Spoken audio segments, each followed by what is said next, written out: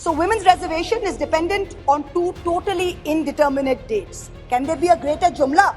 Forget 2024. This may not even be possible in 2029. What you have brought here, what this government has brought here today, is not a women's reservation bill. It is a women's reservation rescheduling bill and should be renamed as such. Its agenda is delay. Its agenda is not reservation. We don't need to go on record to show this country that we support this bill. We have already sent more MPs than what this bill even envisions.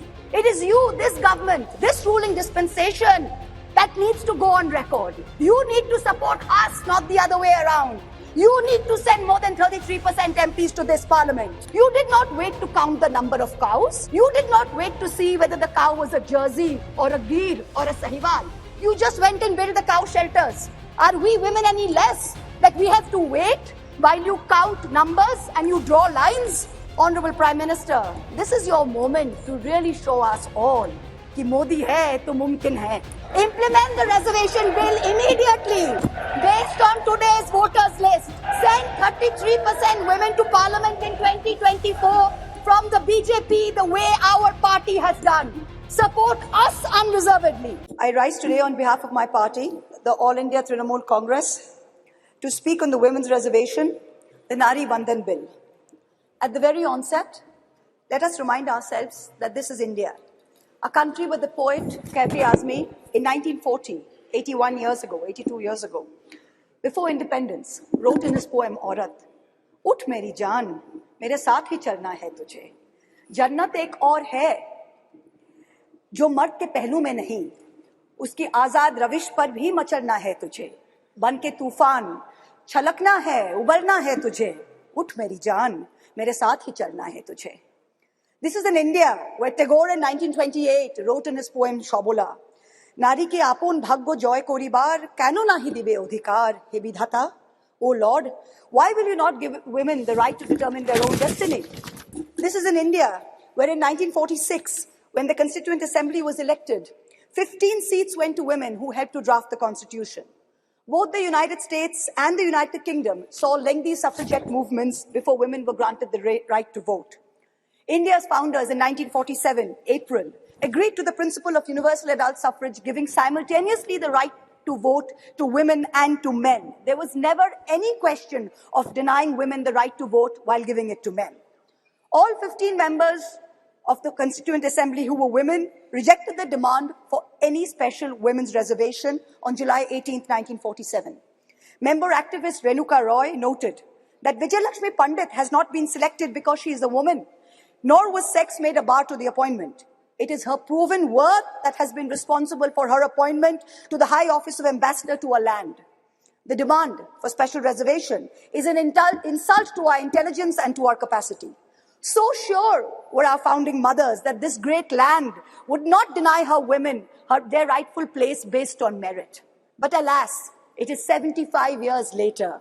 And today, it is both my pride and my shame that I stand here as a woman in India's parliament speaking on a women's reservation bill.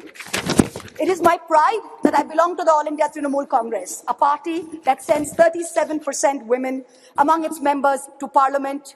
It is my chagrin that I belong to a Lok Sabha, a house of the people, that on aggregate has only 15% of its members as women, far below the global average of 26.5%, and also below the Asian regional average of 21%. As this government claps itself on its back for its rankings on various global stables, let it also hang its head in disgrace that this same India ranks 140 out of 196 countries in the Inter-Parliamentary Union League tables on women's representation. Within women parliamentarians, Muslims and Dalits have been consistently underrepresented. From 1952 to 2004, only 8 Muslim women were elected to India's parliament, to the Lok Sabha, many of whom served multiple terms. In today's Lok Sabha, the 17th Lok Sabha, there are only 2 Muslim women members, both from West Bengal, both from the All India Trinamool Congress, I may add. The numbers for male and female turnout in the last general election were nearly the same, 66.7% and 66.8% respectively. But women's candidature, that number of women who are being put up for elections, which is the first step towards getting elected to the Lok Sabha, remained at an abysmal 9%, up from only 7% in 2004. As we started our innings yesterday, our new innings in this newly constructed temple of democracy, our Honorable Prime Minister grandly proclaimed that it seemed he was ordained to perform many important tasks for this country, including this one. And then with much fanfare, this government introduced this bill, claiming credit as usual for a groundbreaking move. But wait, what does this bill really say? Article 334 of the bill says, the reservation shall come into effect only after delimitation has been undertaken. Delimitation will only be undertaken after the relevant figures for the next census have been published. The rotation of seats for women shall take effect after each subsequent exercise of delimitation. So what does this mean? In true BJP's Goebbelsian doublespeak style, it means we don't know if and actually when we will actually have 33% of women sitting in the Lok Sabha.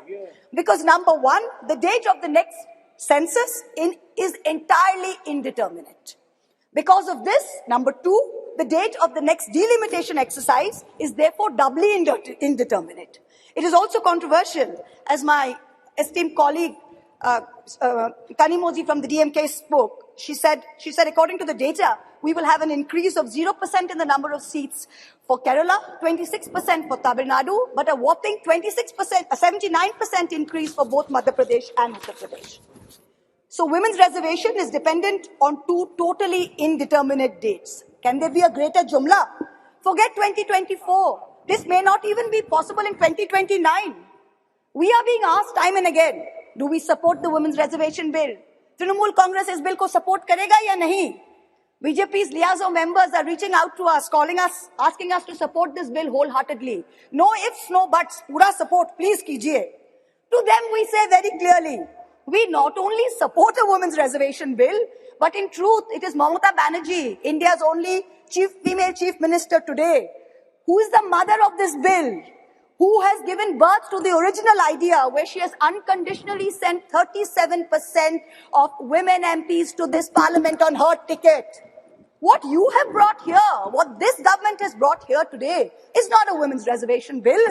It is a women's reservation rescheduling bill and should be renamed as such. Its agenda is delay. Its agenda is not reservation. The endless dithering over when there will be the next census, when there will be the next delimitation, will only ensure that the urgent need of reservation for women in elections to the parliament and to state legislatures will be indefinitely delayed yet again. Alas, this is not the historic bill that it is being touted as. It is a sham.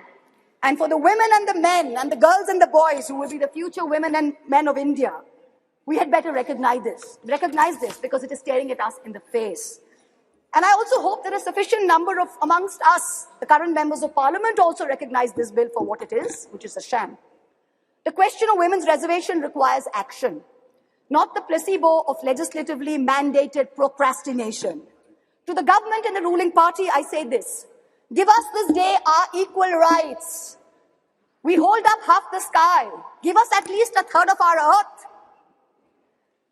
Mamata Banerjee and the Trinamool Congress have already walked the talk. We don't need to go on record to show this country that we support this bill.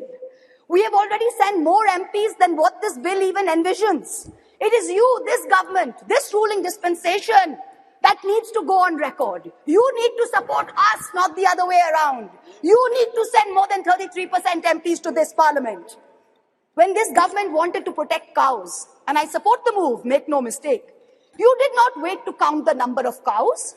You did not wait to see whether the cow was a Jersey or a Gir or a Sahiwal. You just went and built the cow shelters. Are we women any less that we have to wait while you count numbers and you draw lines? We don't need any more vandans. We don't need any more vandanas. Thank you very much. What we need is direct action.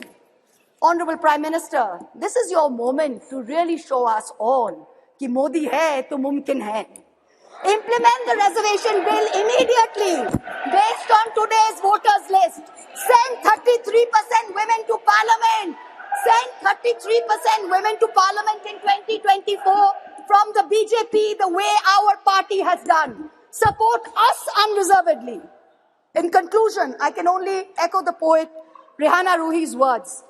दिल के बहलाने का सामान ना समझा जाए, हमको अब इतना भी आसान ना समझा जाए। हम भी लोगों की तरह जीने का हक मांगते हैं, इसको बगावत का ऐलान ना समझा जाए। Thank you very much.